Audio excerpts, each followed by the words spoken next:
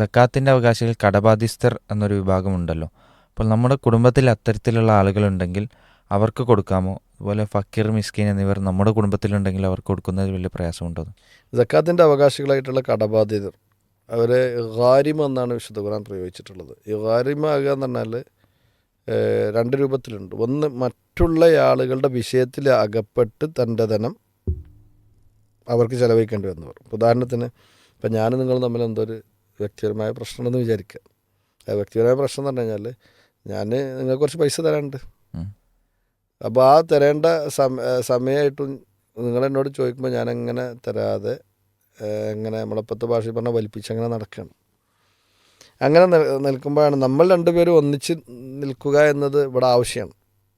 എന്നാൽ ഇപ്പോഴത്തെ ഈ പ്രശ്നം കൊണ്ട് നമ്മൾ തമ്മിൽ ഒന്നിച്ച് നിൽക്കാനുള്ള സാധ്യത ഇല്ലതാണ്. അപ്പോൾ ഒരു മൂന്നാമത്തെ ഒരാൾ വന്നിട്ട് നമ്മൾ ഒന്നിക്കൽ ആവശ്യമാണെന്നുള്ള അറിയുന്ന ഒരാൾ വന്നിട്ട് പറയണേ ഇന്ന ഡേറ്റിന് ആ പൈസ ഞാൻ തരും. അദ്ദേഹം തന്നിട്ടില്ലെങ്കിൽ എന്തായിരുന്നാലും ഞാൻ തരുമെന്ന് ആരും പറഞ്ഞു, അയാൾ പറഞ്ഞു. അപ്പോൾ അയാൾ അതോടുകൂടി എന്താണ് ഈ ഇത് ഏറ്റെടുക്കണം. അങ്ങനെ ആ പറഞ്ഞ ഡേറ്റിന് ഞാൻ എന്തായില്ല, നിങ്ങൾക്ക് പൈസ തന്നില്ല. അതോടുകൂടി ഇയാൾ നിങ്ങൾക്ക് പൈസ തരൽ ബാധ്യസ്ഥനാവും. അങ്ങനെ അദ്ദേഹം ആ പൈസ നിങ്ങൾക്ക് തന്നാൽ സ്വാഭാവികമാണ് അദ്ദേഹത്തിൻ്റെതല്ലാത്തൊരു വിഷയത്തിൽ ഒരു പൊതു സമൂഹത്തിലുണ്ടാകുന്നൊരു പൊതു നന്മ അല്ലെങ്കിൽ രണ്ടാളുകൾക്ക് ഇടയിലുണ്ടാകാവുന്നൊരു സ്പർദ്ധ തീർക്കാൻ വേണ്ടി ഇങ്ങനെ ഇടപെടേണ്ടി വന്നപ്പോൾ അങ്ങനെ എന്തായി, അദ്ദേഹത്തിൻ്റെ വലിയ സംഖ്യ നഷ്ടമായി. അത് സക്കാത്തിൻ്റെ ഗണത്തിലേക്ക് ഉൾപ്പെടുത്തി അദ്ദേഹത്തിന് എന്താക്കാം, സക്കാത്ത് കമ്മിറ്റികൾക്ക് തിരിച്ചു കൊടുക്കാം.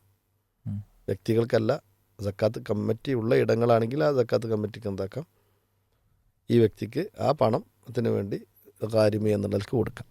കാരണം എന്താണെന്ന് വെച്ച് കഴിഞ്ഞാൽ ഇത്തരം വിഷയങ്ങളിൽ പലപ്പോഴും വഞ്ചിക്കപ്പെടാനുള്ള സാധ്യതകളൊക്കെ നിലനിൽക്കുന്നുണ്ട്. അപ്പോൾ എനിക്ക് സക്കാത്തിട്ടാൻ വേണ്ടി ഞാൻ വേറെ രണ്ടാളെ കൂട്ടിയിട്ട് ഇങ്ങനെ പ്രശ്നം ഉണ്ടാക്കി ഞാൻ എനിക്ക് പൈസ അടക്കും എന്നൊക്കെ. അപ്പോൾ അത് അന്വേഷണവും മറ്റു കാര്യങ്ങളൊക്കെ ആവശ്യമുള്ളൊരു കേസായതുകൊണ്ടാണ് സക്കാത്ത് കമ്മിറ്റിക്കെന്ന് പറഞ്ഞത്. രണ്ടാമത് തൻ്റെ ആവശ്യത്തിനോ മറ്റു ആവശ്യങ്ങൾക്കൊക്കെ വേണ്ടി പണം ചിലവാക്കി മൊത്തം കടം വന്ന ആളുകളുണ്ടാവും. മൊത്തം കടം വന്നത് എന്ന് പറഞ്ഞു കഴിഞ്ഞാൽ വീടുണ്ടാവില്ല, പറമ്പുണ്ടാവില്ല, ഒന്നുമില്ല. അയാളെ സംബന്ധിച്ചിടത്തോളം അയാൾ ധരിച്ച വസ്ത്രം ഉണ്ടാവും. ആൾ വേറൊന്നുമില്ല, നമ്മുടെ ഭാഷയിൽ പറഞ്ഞാൽ പാപ്പറാകുക എന്ന് പറയും. കോടതിയൊക്കെ പാപ്പറാക്കാറുണ്ടല്ലോ. അയാൾ പാപ്പറാണെന്ന് പറഞ്ഞാണ്ട് തള്ളിക്കഴിഞ്ഞാൽ പിന്നെ അയാൾ കടമൊന്നും വീട്ടേണ്ടത് ഇല്ല എന്നൊക്കെയാണല്ലോ. ആ നിലക്ക് പാപ്പറായ ആളുകളുണ്ടാവും. ആ ആളുകളാണ് ഹാരിമ എന്ന് പറഞ്ഞത്. ഒരാൾ ഒരു എന്താണ് പറയുക, ഒരു 50 ലക്ഷം റുപ്യേൻ്റെ വീടുണ്ടാക്കി 10 ലക്ഷം റുപ്യ കടം വന്നു. നമ്മളെ ഭാഷയിൽ കടക്കാരനെ തന്നെയാണ് അയാൾ. അയാൾക്ക് ഇനി സക്കാത്ത് കൊടുക്കണം. ആരാ കൊടുക്കേണ്ടത്? 30 ലക്ഷത്തിൻ്റെ വീട്ടിൽ താമസിക്കണവനാണ് കൊടുക്കേണ്ടത്. അവൻ്റെ പൈസേൻ്റെ സക്കാത്താണ്. അത് സക്കാത്തല്ല, സക്കാത്തിൽ പെടില്ല. കാരണം തൻ്റെ കയ്യിലുള്ള പ്രോപ്പർട്ടി വിറ്റ് കഴിഞ്ഞാൽ തീരാവുന്ന കടമാണ് ഒരാൾക്കുള്ളത് എങ്കിൽ അയാൾ സക്കാത്തിന് അർഹനായ കടക്കാരൻ അല്ല എന്നതാണ് മനസ്സിലാക്കേണ്ടത്. അപ്പോൾ ഈ രൂപത്തിൽ പാപ്പറായ ഒരാൾ ബന്ധുണ്ടെന്നുണ്ടെങ്കിൽ ആ ബന്ധുവിനെ തന്നെയാണ് പരിഗണിക്കേണ്ടത് ആദ്യം. അവനക്ക് എന്താക്കാം, സക്കാത്ത് നമുക്ക് കൊടുക്കാൻ പറ്റും. അതുപോലെ തന്നെ ഫക്കീറോ മിസ്കീനൊക്കെ ആയിട്ടുള്ള ബന്ധുക്കളുണ്ടെങ്കിൽ അവർക്ക് നമുക്ക് നമ്മുടെ സക്കാത്തിൽ നിന്ന് നൽകാവുന്നതാണ്. സക്കാത്തായി പരിഗണിക്കുക തന്നെ ചെയ്യുമെന്നതാണ് മനസ്സിലാക്കേണ്ടത്.